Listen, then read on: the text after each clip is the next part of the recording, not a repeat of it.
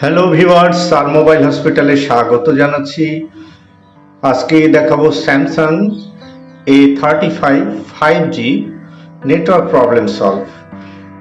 তো চলো আমরা সিস্টেমেটিক ডায়াগ্রামে চলে যাই, কিভাবে আমরা নেটওয়ার্কটার সমস্যার সমাধান করব আর এটার নেটওয়ার্কের স্ট্রাকচারটা কেমন সেটা আমরা ভালো করে দেখে নিব এবং বুঝে নিব। তারপরে আমরা একটার পর একটা ডিটেলস বুঝিয়ে দিচ্ছি। তো দেখো যে এই যে আমরা ডায়াগ্রামে চলে এসেছি আমাদের নেটওয়ার্ক সেকশনের মধ্যে দেখতে পাচ্ছ 2G আইসি আছে, RFIC, এইখানে বাম সাইড আছে পাওয়ার আইসি। এখানে নেটওয়ার্কের কাজের জন্য অ্যাকচুয়ালি PF2G আইসি আছে আর উপরে আছে RFIC আছে। তো এই দুটো আইসির এখানে আছে, আর অপর প্রান্তে আরেকটি আইসি আছে 4G আইসি, PF4G আইসি। তো এই যে দেখতে পাচ্ছ যেটা আমি এঁকে দিলাম সেটা হচ্ছে 2G আইসি, নেটওয়ার্কের 2G আইসি। এখান থেকেই নেটওয়ার্কটা সেটে প্রবেশ করে অ্যান্টেনার সকেটের মাধ্যম দিয়ে, এটা 2G সিগন্যাল এটা ক্যাচ করে। তারপরে এখানে দেখতে পারলে 2G আইসি এই অ্যান্টেনা সকেট আছে, এই সকেট থেকে এখান থেকে আমাদের এসে কোথায় প্রবেশ করে, 2G আইসির মধ্যে নেটওয়ার্ক সিগন্যালটা প্রবেশ করে। এখন এই 2G আইসি কে চালানোর জন্য যে ভোল্টেজ প্রয়োজন হয় সেই ভোল্টেজটার নাম হচ্ছে ভিপিএস ভোল্টেজ, সেটা হচ্ছে ভিপিএস পাওয়ার। ভিপিএস পাওয়ারটা হচ্ছে 3.7 থেকে 4.2। এই ভোল্টেজটা পিআইসি পাশের ক্যাপাসিটরে এসে আসে। তো এখানে আরো ভোল্টেজ কিছু কিছু কাজ করে, 1.7 আরেকটি ভোল্টেজ লাগে পিআইসিতে। তো দেখো এই যে আমাদের পুরো স্ট্রাকচারটাই দেখাচ্ছি। আমাদের যে পিআইসিটা দেখছো, পিআইসিতে ভিপিএস পাওয়ার এসেছে এবং যে পাওয়ার আইসি থেকে যে আরেকটা লাইন এসছে ওটা 1.7, এই ভোল্টেজটাও আছে এখানে।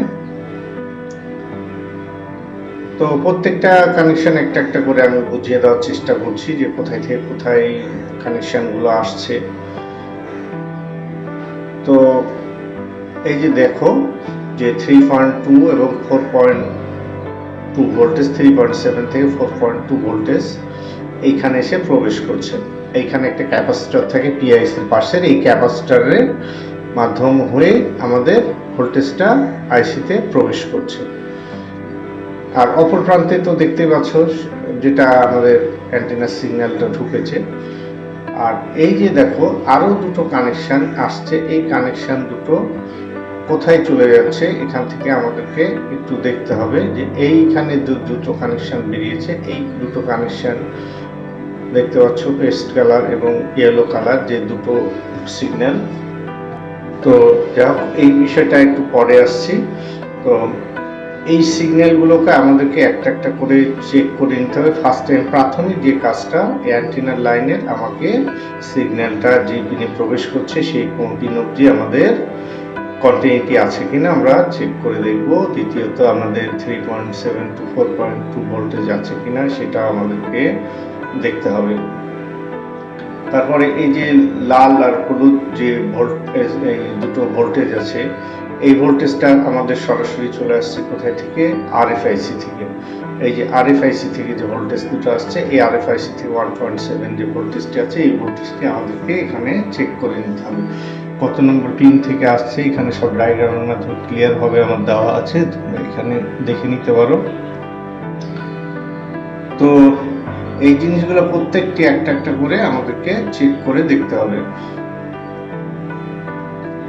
তো উপরে যে আরেকটা আইসি যে আমি এখানে দেখাচ্ছি দাঁড়া ড্রয়িং করে, তো এখানে অনেকেই WTR আইসি অথবা RFIC, তো এই যে এখানে দেখতে পাচ্ছ যে WTR আইসিটি আছে, যে WTR আইসিটি এখান থেকে দুটো কানেকশন এসে যে ভোল্টেজটা আবার PFIC তে প্রবেশ করেছে। আর পাওয়ার আইসি থেকে যে ভোল্টেজটা আসছে, পাওয়ার আইসি থেকে সরাসরি আমাদের কোথায় WTR আইসি তে ভোল্টেজটা আসছে 1.7।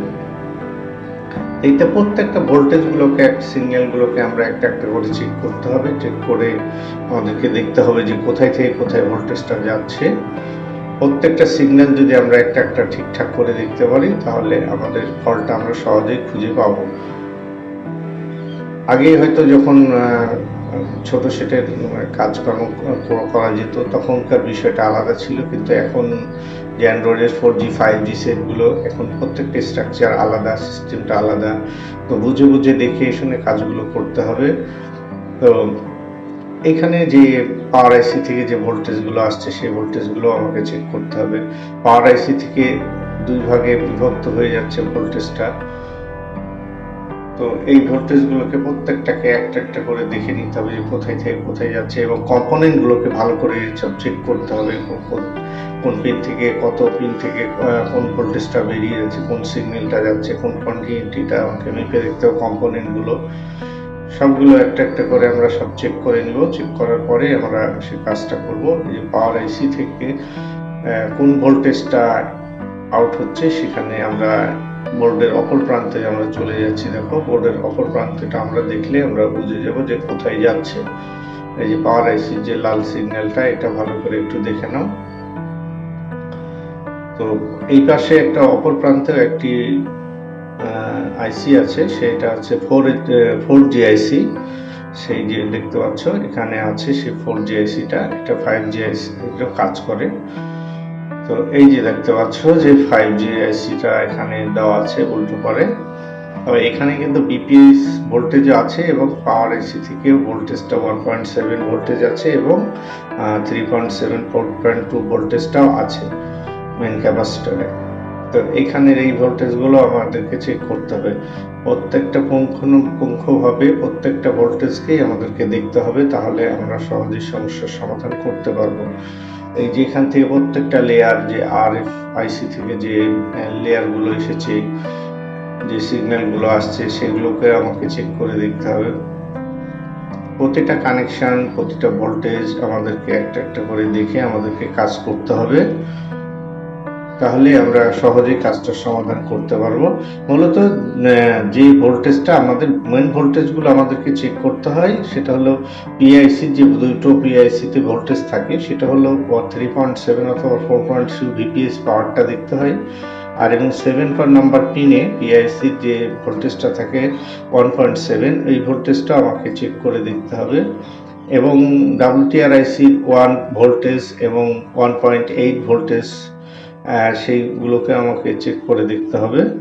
তো এই ভোল্টেজগুলো সব যদি ঠিকঠাক থাকে তাহলে ওকে। আর যেখানে যখন ভোল্টেজ পাবে না, ইনপুটে ভোল্টেজ না পেলে, আউটপুটে ভোল্টেজ না পেলে, সেই আইসিগুলোকে আমরা নড়িয়ে সরিয়ে দেখব অথবা উঠিয়ে রিভলভ করে দেখব। WTRIC রিভলভ করা যায়, পাওয়ার আইসি রিভলভ করা যায়, নেটওয়ার্কে পিআইসি রিভলভ তো হয় না, সেগুলো হিট দিয়ে নড়িয়ে দেখা যেতে পারে। তো যাই হোক, আমার ভিডিওটা যদি ভালো লাগে তাহলে আমার চ্যানেলটি একটু সাবস্ক্রাইব করবে। সবাইকে ভিডিওটি দেখার জন্য অসংখ্য ধন্যবাদ জানাচ্ছি।